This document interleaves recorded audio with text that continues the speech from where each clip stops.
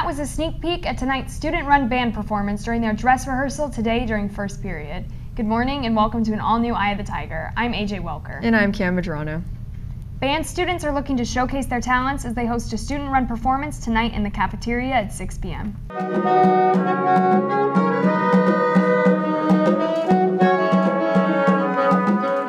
While admission into the event is free, there will be a bake sale during the performance to raise money for the band program.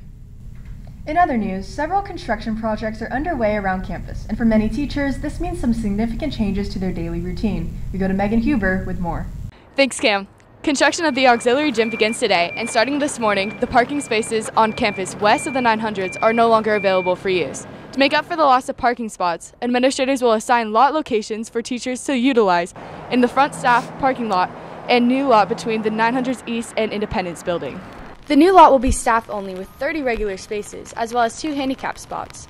It will also have access to the back of the stadium in an attempt to improve access for after-school games. AP Science teacher Christopher Addington believes that the construction will field the complaints with parking. Parking's always been an issue on this campus. I mean, it has been for years. And obviously, this construction is going to impact it a little bit. But, you know, we do want our new gym, so you have to put up with it. So. Although RHS English teacher Amy Maurer will miss the convenience of the old lot, she's excited for the changes the new gym and parking area brings.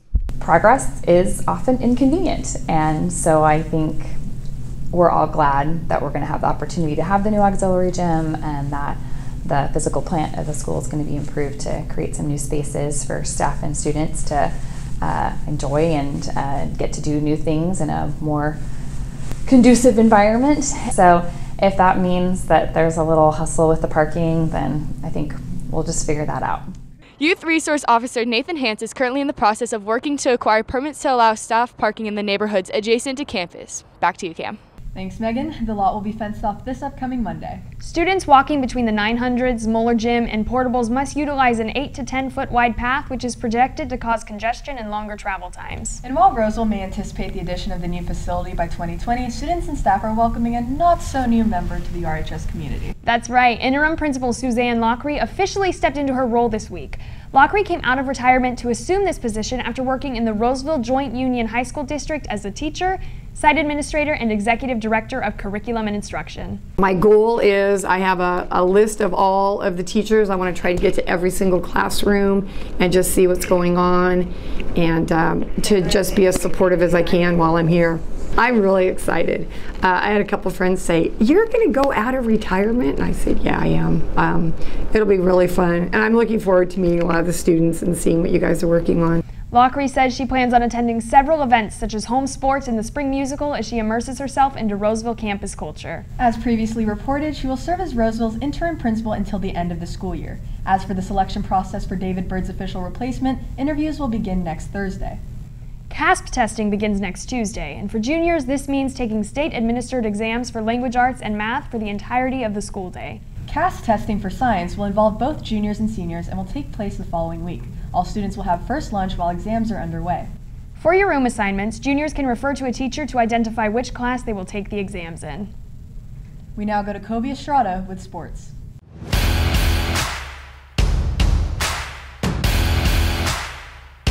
Morning and welcome to this Friday's edition of EOTSN. I'm Kobe Estrada. This year, the varsity baseball team has just 1 underclassman, while softball finds themselves with 10. Likewise, the boys basketball team has featured just 4 underclassmen in the last 4 years, while the girls team has had 14 in that same period of time. Although this trend is not new or specific to Roseville High School. We go to Bella Ayala with more on the story. Traditionally, more female underclassmen are pulled up to varsity sports than their male counterparts. There are several factors that lead to this trend, including the age at which athletes mature, injuries, and burnouts. Because of the developmental gap between boys and girls, high schools typically do see more girls getting pulled up at a younger age than boys, because they are just as developed as the upperclassmen. Coach Art Banks pulls up numerous underclassmen himself and understands girls develop at different ages. After being pulled up in both baseball and basketball, sophomore Josh Alger recognized the physical difference between himself and the upperclassmen. Girls develop a little faster. They're able to play up at a higher level a little quicker. Boys that are younger, like freshmen, can't physically compete with older kids. I had to play at a higher level, and it was a lot quicker game than I was used to because everyone was a lot bigger and stronger than me. and they had more years of maturity on me because they were more grown into their bodies, and I could tell they were stronger because they had more time and experience in the weight room. Another reason girls' teams may tend to pull up more than boys is because of a lack of personnel from upperclassmen. According to Gatorade's Girls in Sports study, by the age of 17, half the girls playing sports will quit due to high estrogen levels as they enter puberty, leading them to a new attitude and turning many away from competition and towards relationships and connections. After playing softball for numerous years, junior Maddie Whitaker found herself with a loss of interest in the sport. I just wasn't passionate about it anymore, and I didn't enjoy it, and it wasn't very fun, so it was an easy decision. Girls also are more prone to injuries than boys because their bodies are built differently. Girls have looser ligaments, which allow for greater flexibility, and a wider pelvis, which affects the alignment of the knees and ankles. Research has associated injuries to the knees common to women. For Roseville High School athlete Hailey Linares, her injuries provide strong reasoning to quit soccer. Second injury, it definitely made me reconsider playing because it was a step back after I just come back from another injury. Now I'm done playing. It's gotten to the point where it's just not really worth going through it anymore. If I'm in the future, I'm not going to be able to do a lot of other things. So. When being pulled up, young athletes must make adjustment to their games in order to keep up with the physicality and speed of the upperclassmen. Last year, sophomore Annie Lemos came in as a 5'1" freshman on the varsity softball team and was given the starting pitching job. In order to be successful, Lemos had to make many adjustments to the mental aspect of her game. I had to change my mentality in order to be successful at the varsity level and to pitch to the high-level hitters, and I had to learn to be bigger than I was. Ultimately, all the coaches we spoke with said that the decision on whether or not to pull up an athlete is based off whether or not they can help the team. Back to you, Kobe.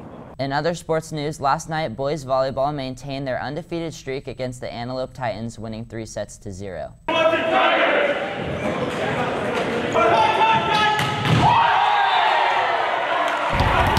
Work hard in practice. We already have pretty good chemistry on the court, so we just need to work hard for the rest of the season. We just need to not get arrogant, stay humble, not be super cocky, and assume every team can come out and beat us, and just keep high intensity. Also, the track team competed in their second CVC meet of the season at Interim High School, where they finished first in 32 out of 58 events. JV and varsity girls, as well as the varsity boys, all took home a win against the Interim Tigers. And that's all on your home for Roseville High School sports, top plays, breakdowns, and more. The Tiger Sports Network, EOTSN. And now we go over to entertainment. Thanks, Kobe. Roseville High School's spring musical Little Shop of Horrors opened last night. The Tiger reporters Riley Shull and Riley Metten caught up with the cast right before yesterday's opening performance to talk about the eccentric production. Thanks, guys. We are here with the cast of Little Shop of Horrors, so it's your opening night and weekend. So can you tell me a little bit about the play and how you guys are feeling? There's a lot of stress. Yeah. Just a little. Just a little. It's a lot of stress, but I'm sure that once we get out on the stage and we're performing, there's an audience giving us the energy that we need to perform well. I'm sure it's all going to go really great, so I'm excited. Yeah, I think it's definitely matched with excitement because a lot of us really loved the show before we became a part of it.